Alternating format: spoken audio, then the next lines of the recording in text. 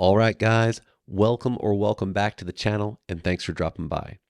Guys, this won't actually be a full-length creative session or tutorial. Think of it more as a trailer with an added bonus. Um, Man, there's so much to say. I'm going to try to just summarize it really quickly and get right to the good stuff. Um, okay, so a couple of weeks ago, or maybe 2 weeks ago, a few days after I filmed that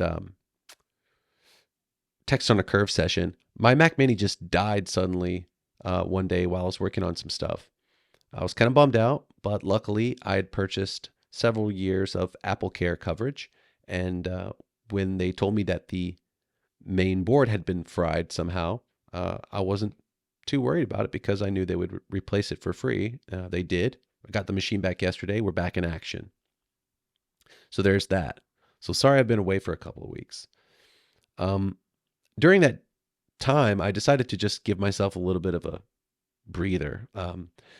Started to feel some negativity and anxiety sort of well up about the YouTube channel and things like that. And I don't ever want it to become that a source of anxiety or anything like that for me. So I decided to just step away from it for a little while and work on fun stuff.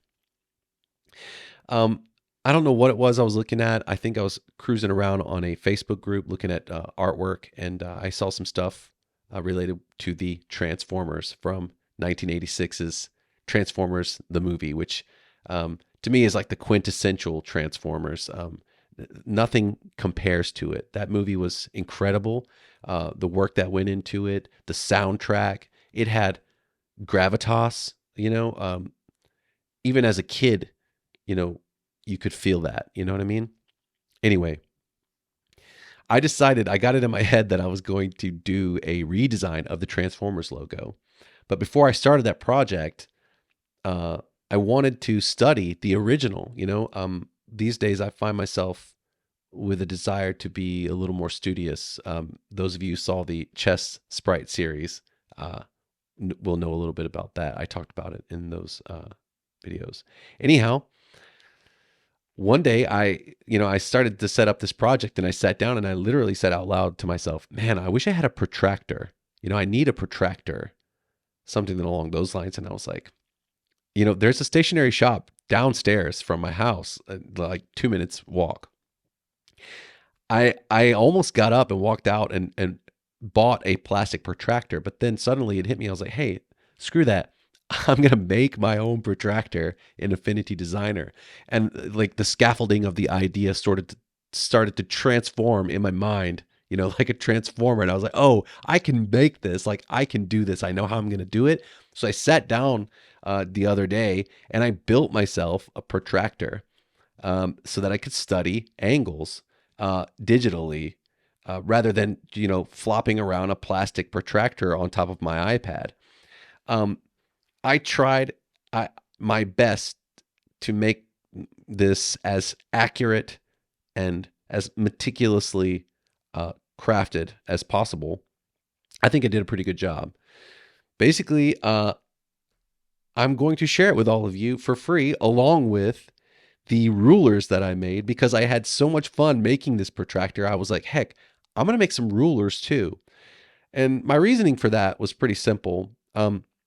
There have often been times when I was in Affinity Designer and I wanted to, see how something would appear in real life. You often get confused. Now we have this great measurement tool, right? And it's really versatile and we can see all kinds of information. We can, change the scale of the drawing. We can, you know, change the desired readout of the measurement. But we can do that only as it pertains to uh, the measurement that the document's unit of measurement is set to, right? What if I want to see how many millimeters or centimeters this is? So what I did was after I, got this protractor built, I had such a good time creating it. I was just like, all right, man, I'm on a roll. I'm just going to build a couple of rulers too. So I made some rulers. They are accurate to the millimeter. Um, and you can use them to measure things, um, and even as a drawing aid. I've built one in the metric system, in millimeters, and I've built one in the imperial system in inches, accurate down to the 16th of an inch, um, for my fellow Americans who are out there in this digital jungle. You can use these in all sorts of ways. And also, they are vector, right? So I opted to leave them as vector objects so that you could control the size of them and the relative quality of the way that they render. Um, so if you want to transform the size of it, say this is a little bit too big for whatever it is you want to work on. Maybe, for example, like I want to study this small version of the Transformers logo. Just make sure that the uh, scale override is selected. Just lock your aspect ratio there, and you can adjust it like this. You can line it up. It's now I want to. There's a few little warnings. While it is vector, don't expect to be able to snap to any of the tick marks very easily. It can be done, but it's a little bit aggravating, and you have to consider that they're buried within child layers, right? If you expand this, they're buried within these child layers, and you can turn them on and off. They're locked so that they don't get moved. Um, but also consider that because there are so many objects, it could slow you down if you try to, draw, like if you wanted to get in here with the pen tool and then try to actually draw, according to this thing, you'll be able to snap to the bounding boxes of the object. But if you try to snap to the tick marks and stuff like that, there are going to be so many snapping candidates.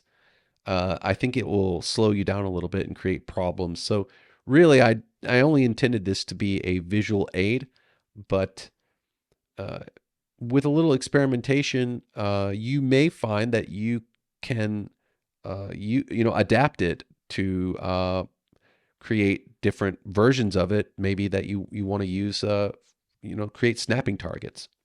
Whereas, like for example, when I was working on this, I know that when I actually go to render this sketch, I don't want to use the grid because I want to stay true to the angles that I chose to draw out.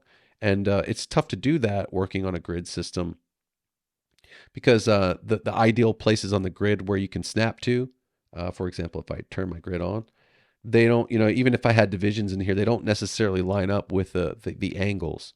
So anyway, if you want to use this well, like I did when I sat down and I was like, I want to know all the secrets of this incredibly, iconic design. It's a monolith, right? So I just got in here and started looking at stuff and saying like, okay, what did they do? You know, for example, it's clear to me that this 0 degree angle, I always felt a bit jilted as a kid. The Decepticon logo received this aggressive, very dynamic design treatment. Whereas the Autobot logo, well, I do love, okay, so for example, I love that there's this sort of, it has a certain machismo to it. I always got the sense that they were going for this,